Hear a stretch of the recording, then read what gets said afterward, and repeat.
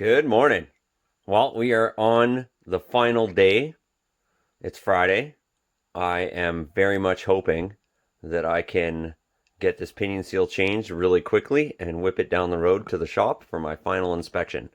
I'm not going to go over the pinion seal, like video on how to replace it, but what I am going to talk about is up until this truck, I have never had an issue putting a seal in with things I have laying around. On the rear end, I had to literally destroy my coffee cup to get it in, which is fine. Sacrifices must be made. And for the front, I thought I was going to have to do the same thing, find something. The coffee cup's too big for the front seal. But luckily, one of the adapters out of my ball joint press is perfect for driving this seal. And I was actually on Amazon this morning thinking, man, I should just buy a seal installation kit at this point, because I do enough seals here and there. But I was looking at them, and none of the seal or bearing installation kits would work for this, because none of them would have a hole big enough for the pinion to clear through the middle, and I'm not pulling the pinion out to put a seal in. That's not happening. So I think what I might do, though, is I'm going to keep my eyes peeled at work for some bigger scrap that's going out the door. And we've done this at work for different size seals, because again, we don't have seal kits at work either. We're doing seals on hydraulic cylinders, and they range from 2 inches to 10 inches in diameter. Although the 10-inch ones we usually farm at work out. But what we did was we took a piece of pipe and we put a slit in it, and then you can adjust it. It gives you some amount of adjustment, especially if you get a couple different sizes of 1/8-inch wall pipe. The only thing you got to do if you're going to do that is make sure when you cut your piece off to make your tool, make sure you try to get it cut square, because if you cut it crooked, it almost guarantees you're driving that seal in crooked.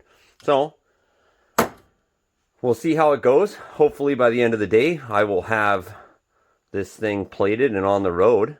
And that would be an excellent thing, because it's Friday, and I'd love to go get some wood this weekend.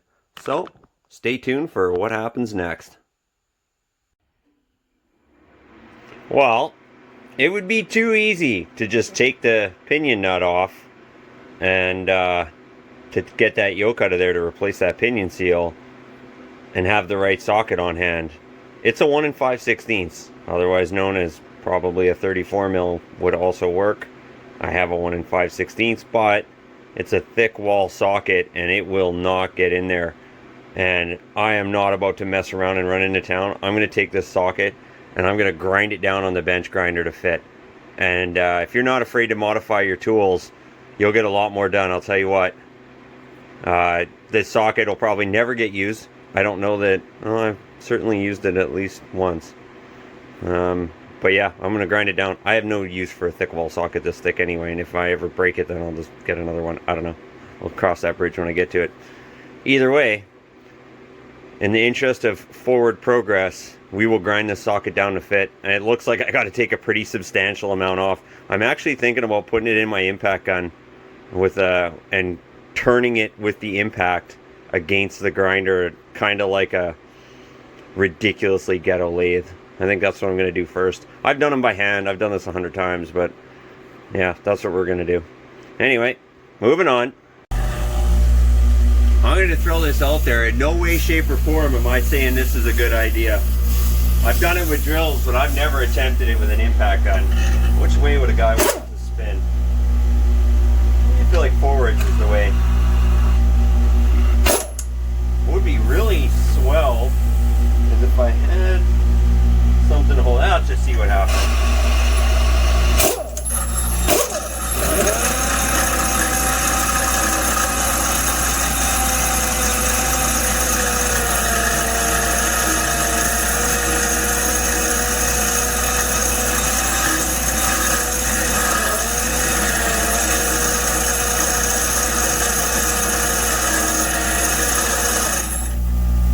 I've come to the conclusion that oh, that's working good.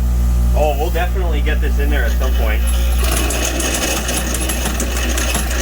No, it definitely needs to go forward.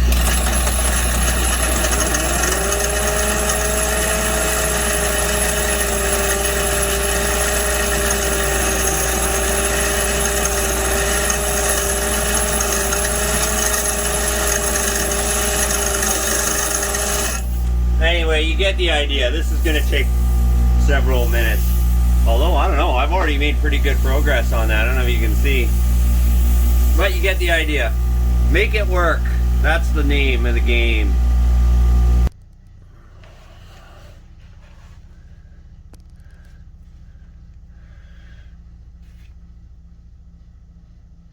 It could go a little more, for sure. And I'm gonna go a little more because I absolutely do not want to strip that nut. That would be a really bad time. So I'm gonna take a little more off, and we are good. I don't know where these seals came from. So this is this replacement seal that I got, and this is the seal that was in there. See how it's got that giant metal ring? To me, this just seems like a way better seal, especially when it comes to stopping things from getting in there. The seal on the rear was like this one too. It was like this big, beefy, all metal, whatever seal. I couldn't find anything like that for the rear, and this was all I could get from the parts store for the front. So it is what it is, but I think I'm going to keep my eyes peeled for those big seals. Although, I'll tell you what, those big metal seals were also leaking. I don't know, maybe that doesn't make them better. Anyway, we're going to slam her back in and see if we can't get to that inspection place before the end of the day. Wish me luck. I don't know what is all over this thing, but it's like hard. It's clearly been really hot. I almost think it's like petrified grass.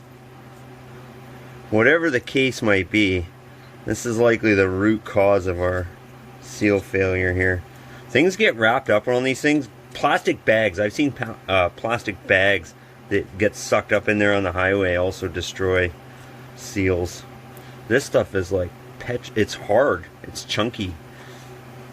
Anyway, we're going to clean this up real quick, put it back in. My ball joint installation removal tool worked excellent for driving that seal in. Way better than the coffee cup, but you got to make do.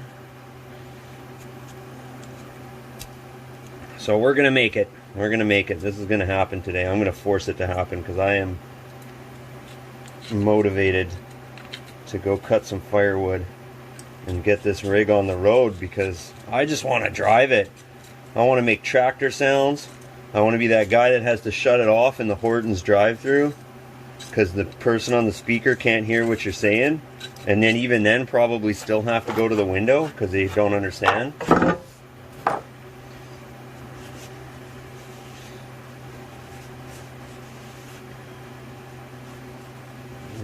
Okay.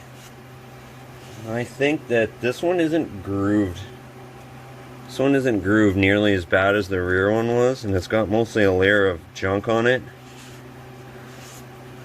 But in the interest of... I should have ordered a sleeve for this and just sleeved it, to be honest with you. That would have been smart. But I'd rather have $80 than... I'd rather take the chance and have $80 in my bank account still than spend it unnecessarily. I'm going to hit that on the wire wheel and see how she goes. I think it'll be okay. It's not that bad.